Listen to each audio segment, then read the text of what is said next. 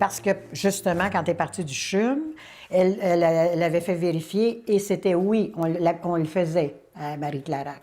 Dès son arrivée, elle formule verbalement sa demande. Elle se bute immédiatement à la réticence des médecins. Ce médecin-là, tout le long de l'entrevue, ce qu'elle parle, ce qu'elle priorise, c'est les possibles poursuites criminelles à son encontre. Et qu'elle risque 14 ans de prison.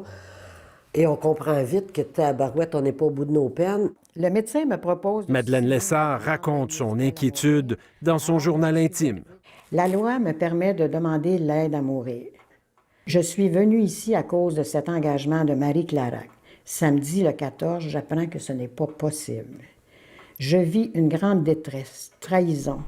L'hôpital Marie Clarac admet que le cas de Madeleine Lessard a traîné. C'est malheureux que la personne n'a pas été respectée dans ses droits assez rapidement. Marie Clarac est le plus gros hôpital de soins palliatifs au Québec avec 36 lits.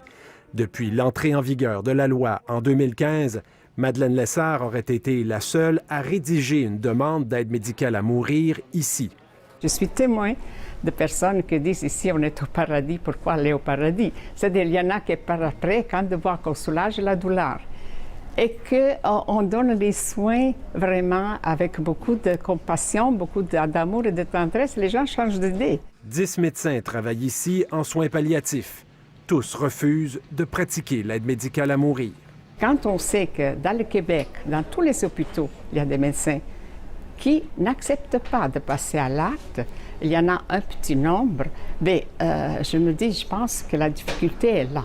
Selon plusieurs sources, l'adhésion des médecins serait moins forte à Montréal qu'ailleurs au Québec et les communautés culturelles seraient moins portées à opter pour l'aide médicale à mourir. Marie Clarac a d'ailleurs tenté, sans succès, d'obtenir de l'aide d'un hôpital universitaire pour exaucer le souhait de Madeleine Lessard. C'est là qu'ils nous ont proposé que peut-être on pourrait aller au CHUM avec Mado en taxi pour le deuxième avis, pour rencontrer un médecin. Pas de médecin disponible là non plus, même si la mourante se déplaçait en taxi. Madeleine Lessard est décédée sans aide médicale à mourir le dimanche 29 juillet.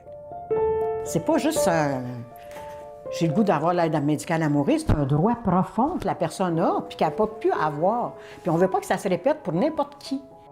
Ici David Gentile, Radio-Canada, Montréal.